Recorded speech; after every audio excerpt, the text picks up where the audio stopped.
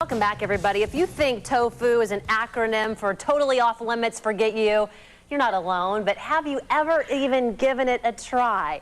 Registered dietitian Anissa Chumley joins us this morning with tips to make it tasty. Nice to see you again. Thanks for coming in. It's good to be here. I am speaking for the average Hoosier. Yeah, right. They see tofu. A lot of people like it, but other people go, are you kidding me? I wouldn't touch it. Why should we? Well, because it's very high in a lot of things that are good for us, such as protein. Sell me on it. Sell me on it. Well, tofu is actually bean curd. I know it sounds tasty, right? You're so bean excited. curd. Give me a chunk of that. Yeah. Well, it is. I like to think of it as the cheese of soy milk, because just like cheese is the curds from milk, tofu is the curds from soy milk. So one of the things I found, Angela, in my cooking classes and recipe development is that if people don't know how to open the package, if they don't know how to say its name, they're never going to use it.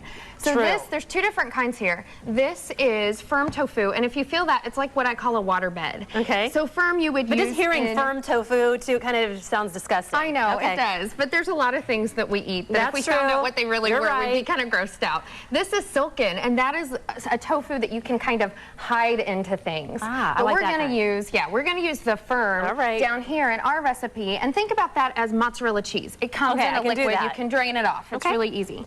So this salad, and I've already got it started here, is purple cabbage and sugar snap peas. This is a ginger sesame salad. Ginger sesame salad. Yes, and I'm going to have you make carrot ribbons. So just some carrots in there. So much easier than chopping and destroying our little fingers. So the thing about... Of course, I don't get half of them in the bowl, but, you know. That's all right. It's fun when it's everywhere. The thing about tofu, this one I have here... Okay, let's look at this right here. I call it a chameleon food, because it takes on the flavor of whatever it's in. It really has no flavor. So you can't really taste it. No, you can't. And if you're like me, you would wonder, well, why use it if you can't taste it? Well, you should use it because it's high in protein, high in antioxidants, high in iron and calcium and all these things that are good for us.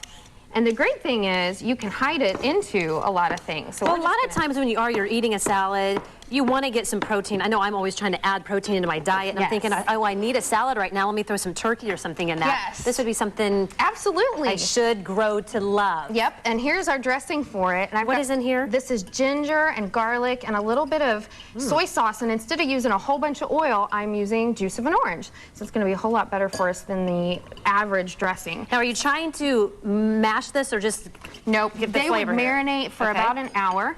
Just like that? And then we would toss the whole thing in here. Put our... What else do you have? Peanuts. Okay. Sesame seeds. Toss it all around. And there you have it. And there we have it. And then down here we have some other things. Okay, show me what else you brought. Okay. This is, and I've got a smoothie here for you to try. That's a way to hide it in. So you can sit in your kitchen. Nobody needs to know that you put it in there. It is milk, tofu, yogurt, blueberries, and bananas.